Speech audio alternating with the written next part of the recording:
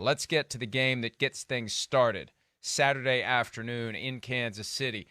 We'll be there. NBC, hour-and-a-half pregame show in advance of kickoff of Jaguars-Chiefs. And let's hear from Chris Sims, who made his way to Kansas City to sit down with head coach Andy Reid. They talked about Patrick Mahomes' ability to adjust, to make crazy plays, and here's part of the conversation that Sims and Reid had.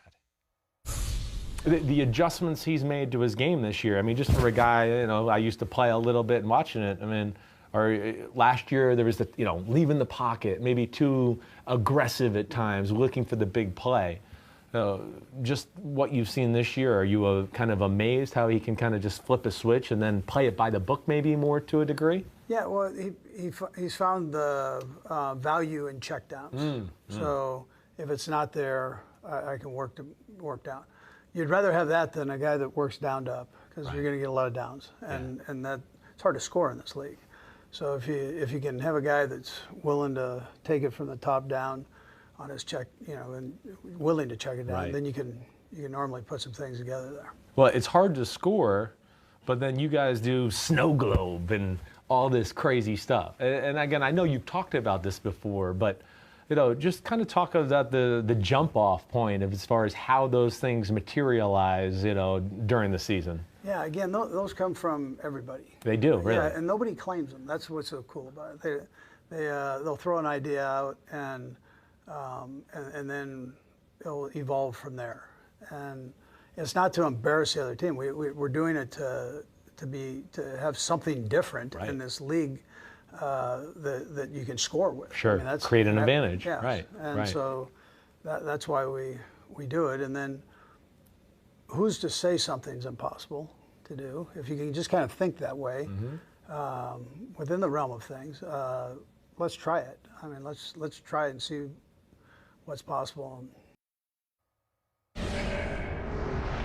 It is fascinating that Coach Reid empowers his guys to come up with ideas, and nobody wants to take credit for it when it goes well. It's obviously no one's going to take credit for it when it goes poorly, but even when it goes well, no one's taking credit for it. The one thing that they're holding back, though, specifically the Patrick Mahomes is holding back, Charean, and he told me about it earlier this year after they went over the Texans, the behind-the-back pass. He told me it is coming. He's been talking about it for multiple years now. At some point, he's got to deliver, just like the NFL has to deliver with a franchise in London. You can't say it's coming for 20 years. At some point between 0 and 20, it's got to happen. At some point, sooner than later, Mahomes has to do the behind-the-back pass. And who knows? Who knows? If they're up comfortably in this one, since it quite possibly is the last time he'll be at Arrowhead Stadium this year, because if the Bills win and the Chiefs win, the next game is in Atlanta, maybe we'll get to witness the behind-the-back pass.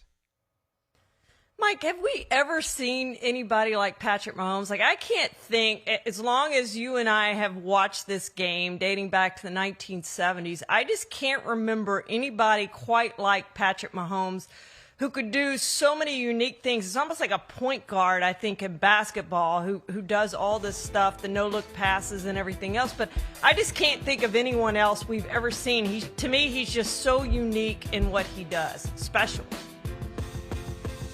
It's a combination of basketball, baseball, and football. It first was noticed when he started playing in 2018, the funny arm angles. That's all from being a shortstop, because there is no form when you're a shortstop. You get the ball, you get it out to the first baseman ASAP. So form goes out the window. How it all looks goes out the window. It's just, does it work? And he's one of these guys that, because we'll see professional athletes and athletes at lower levels as well, who think they can do more than they actually can. He keenly understands what he can and can't do, and he always colors within the lines of what he's capable of doing, and he's capable of doing a hell of a lot. It's easy to stay within the lines when there's a ton of space within the lines, and he can do things that we just have never seen, and we will eventually. And I know Sims and I have been saying this for years, and it drives him crazy because his kid's out there running around trying to throw passes like Patrick Mahomes. There's going to be a generation of kids trying to play that way, and inevitably someone or two or more will bubble up through the ranks of high school, college, and the NFL, and we'll find others who can do this. It can't be Patrick Mahomes is the only individual who ever lived that can do this. he kind of shows the way, like Michael Jordan transformed the way basketball was played, the way it looks, the way people move on a court, the way they attack the basket. I feel like it's just a matter of time before we see more Patrick Mahomes type players. I hope we do. He can't be the only one, because once he's gone, what a letdown that'll be if there isn't another one to come along to take his place. Well, you make a great point about baseball too, Mike, because he did play shortstop, and of course his dad was a baseball player here with the Rangers for many years and in Major League Baseball for many years.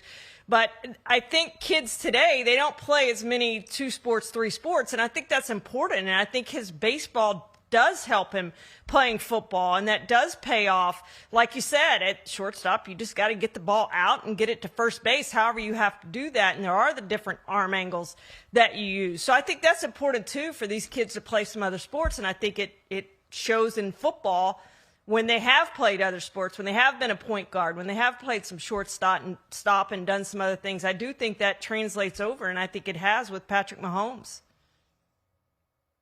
Playing 3 sports, however, I must say, is not the end-all, be-all. I am a product of someone who played 3 sports, and I played all of them very poorly. So it doesn't help. It didn't help everyone, but it does for certain people with a natural amount of talent. It does maximize in certain areas.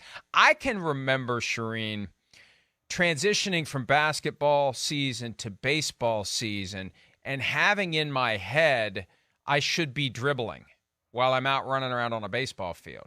I mean, you're wired to dribble, especially because it took a lot of effort for me and focus to, bounce the ball. You're out there with your glove, and you're like, I should be bouncing something. So anyway, that's, again, one man's very miserable experience. Will it be a miserable experience, though, for the Jaguars? Let's do this. Fill in the blank. And we could be very literal here. The Chiefs will win the game if they, score more points than the Jaguars. That's the easy answer. Let's go for something a little deeper. Charean, you believe the Chiefs will win on Saturday against Jacksonville if they what?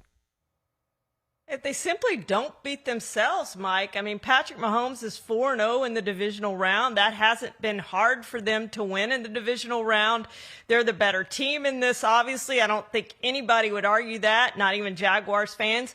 They just can't beat themselves. They can't turn the ball over. They can't make stupid mistakes. They can't give up special teams touchdowns or pick sixes or like the Cowboys did when they played Jacksonville. You just can't beat yourself.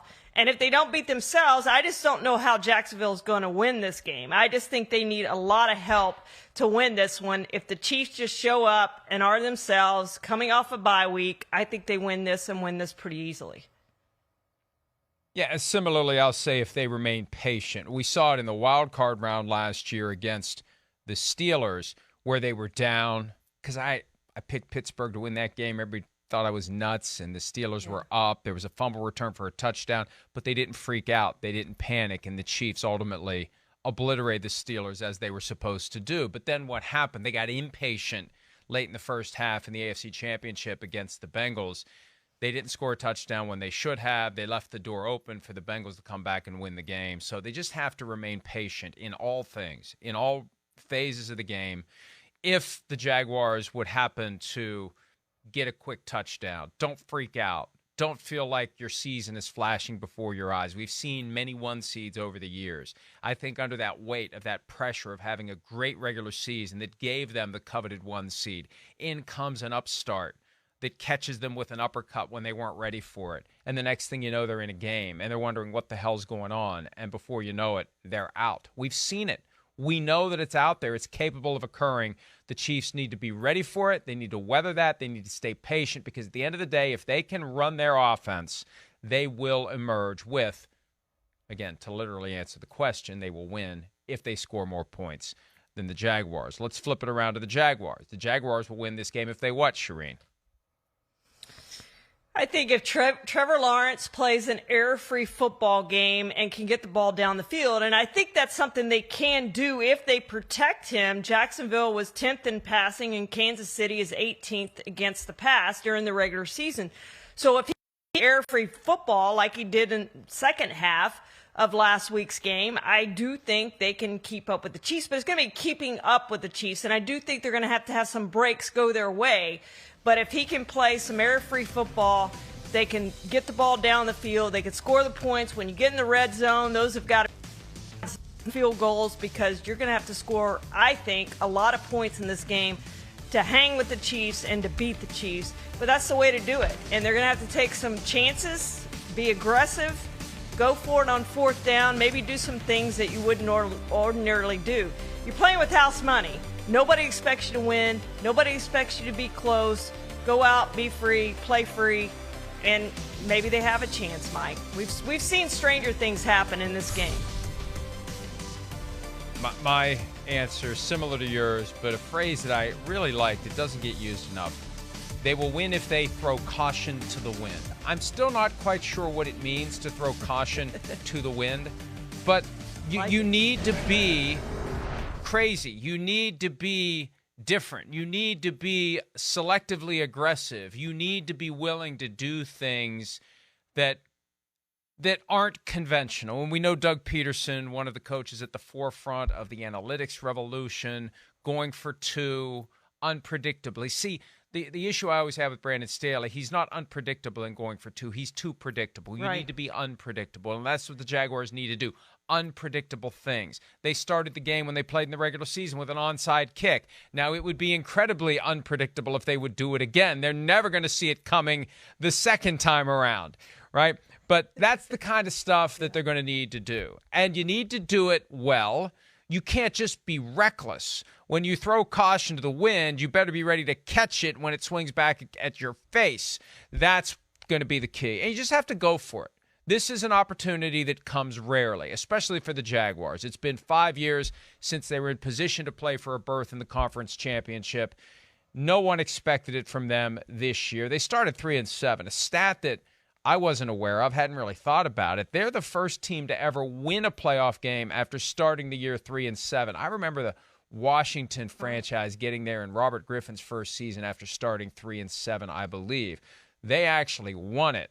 The Jaguars did. The Washington football team did not win in the wild card round, but the Jaguars did. Down 27-0. They got nothing to lose. Nobody expects anything from them, so we'll see if they can get it done. I think they can keep it close, Charean, and Sims and I have made our selections in the Picks podcast. I was tempted to pick the Jaguars to win just because we've seen it happen too many times with that one seed, the week off, being used against it. We've seen it too many times to not expect it to happen again, but at the end of the day, I picked the Chiefs to win, but I think the Jaguars can cover. What do you think is going to happen? Well, we have seen it before, but we haven't seen it before with the Chiefs. Their problem always has been in the championship game. This is the sixth time that Andy Reid's been the number one seed, and they've never won as a top seed, Mike, but it's been that championship game that's always gotten him and always gotten Mahomes 4-0 in the divisional round. So I don't think they ever look past an opponent. I don't think they will look past the Jaguars this week. I think they'll be ready to play, and I think they'll take it to them. Again, the Jaguars are going to have to be aggressive and, as you said, throw caution into the wind to try to keep this thing close. And you know what? If it's close in the fourth quarter, you know, they have a chance. And that's all you want, is to be close in the fourth quarter and have a chance to win it. And I just think this is a huge step that Trevor Lawrence has taken this season. No matter what happens in this game, playing with house money, they have taken a step with Doug Peterson, and you can see it. This is going to be a good team, a team to contend with over the next few years, Mike. Hi, it's Mike Florio. Thanks for watching PFT on YouTube. Hit subscribe for the latest news and analysis from Pro Football Talk.